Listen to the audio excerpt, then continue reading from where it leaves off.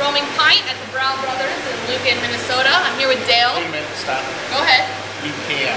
LuCAN, not LuCAN. No, right. LuCAN. I'm here with Dale, the Director of Quality Control, also part-time forklift manager. Yeah? Yeah. Okay. So Dale's the father of the Brau Brothers, and he's going to tell us a little bit about the brewery today. So tell me about how you started, a little bit about LuCAN, why you're here. My middle son, Dustin, he started up at the Brau House, which is a restaurant. Around the corner. Around the corner, yep. About 12 years ago now.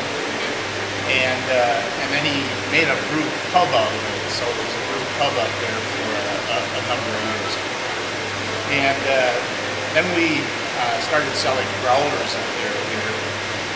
And we had a little 2-barrel brewing system, okay, which we would roll the finishing tanks back into the cooler and settle the beer in, roll them back out, and put them on tap.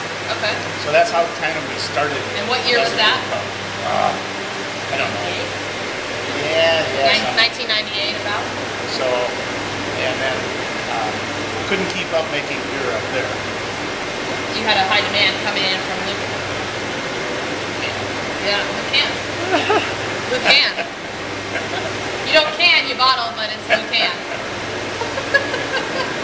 So, then we would, and we couldn't keep up there, so we bought this property down here. And then the boys, my 3 sons own the business. Okay. So we decided to take it a step farther. So we bought the brewing equipment in Richmond, Virginia. It was kind of a repo warehouse. And that's how you furnished it? It was a brew pub in Maryland. Okay. So that's how we started the equipment. We hauled a number of semi-loads back here and put it in place. Earlier we were talking a little bit about how you've taken Minnesotans from the other beer to good beer. Will you tell me a little bit more about what we were talking about earlier as far as the transitional craft beer and how you get people over to enjoying beer with more flavor? Yeah, I think that's possibly part of our marketing plan is to teach people to drink craft beers. And that's probably 13, 14 years ago we started going to brew fests. And a lot of the people that were at those brew fests back then, which was kind of like I call the beginning of craft beer in Minnesota. Sure. A lot of those people were college students that for 20 bucks they could go out and drink some beer. Now, 10 years later, we're still going to those same beer fests, and those same people are there. I don't know their names, but I recognize them. Yeah. And they're there because they're the evolution of craft beer. They have a more informed palate. They're like Woodstock 30 years ago. Only they're going to be known for bringing craft beer into Minnesota. Yeah. Bringing it alive. Yeah. So you make things like strawberry wheat, and even the hop ale we were talking about. Yeah. It's a transitional hop beer. If you're not a huge IPA fan, it's got a good balance from malt to hops. Right. Like for instance, like we talked earlier too, 15, 18% of the people are craft beer drinkers. Well, that's 85% of the people are not craft beer drinkers. Yeah. That's why we try to make a transitional beer to have that bigger majority join our group. Right. Learn how to drink good beer. And you need that. Yeah. Because then those people go and tell the next person. And they help educate, you hope anyway, they help educate the next person. It's kind of a convincing factor. Yeah. It's how you tell the story. Yeah. And pretty soon, hey, this isn't all that bad. Right. Exactly. Right? Well, you got a good story. I mean, it's family owned. You got 3 sons and the dad running the brewery. You said distribution in 5 states? 1, 2, 3, 4, 5, 6 states. 6 states. Yeah. Mostly in the Great Lakes area, North Dakota, South Dakota, Minnesota, Wisconsin, now over to Michigan, and Iowa. Iowa also. Iowa as well. So it's surrounding us here. And I think we're probably going to stay with that until we catch up. Yeah.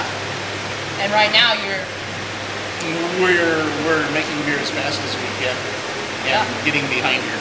It's a good story, right? I mean, you like that way. And you grow your own hops.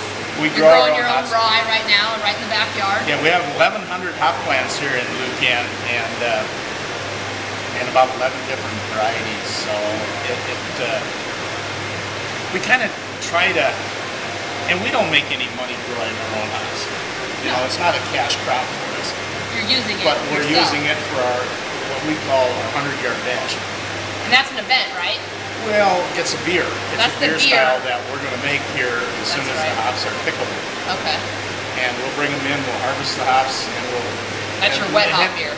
That wet hop beer. Hence 100-yard dash. It's about 100 yards from the brew kettle to the hop yard. Nice. I like that. And so what we do is we kind of like to tell a story with our beer. Uh-huh. I mean, it's beer related. And that's why we have rye out here this year. We've had two-row barley the last few years, and this year we have rye because we're going to attempt to make a pumpkin rye this fall. How do I get my hands on that? That's what I want to know. BrauBeer.com. Oh, okay. There you go, BrauBeer.com. You're also on Facebook. Yes, we and are. Twitter. So you guys, we'll have a link later on to that for sure. Well, I appreciate your time here today, Dale, in LuCAN. This is great beer. I highly recommend a detour. You pretty much own Southwest Minnesota. I mean, there's not that many other breweries. Shell's, couple 2 hours. We like all of our allies. All Yeah. craft brewers in Minnesota are our allies. You know, we know them all. We do tastings with them. That's the beauty of the craft beer industry. Exactly. Yeah. We're all friends. We don't compete. We you know, there's room.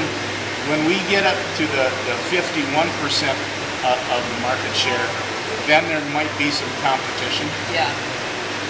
There'll still be friendships.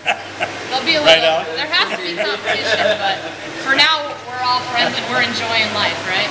Right. All right. Well, this is the Roaming Pint. Thank you so much for following us. Cheers to Dale. Cheers. Thanks for your time. You're welcome. Thanks for following, guys.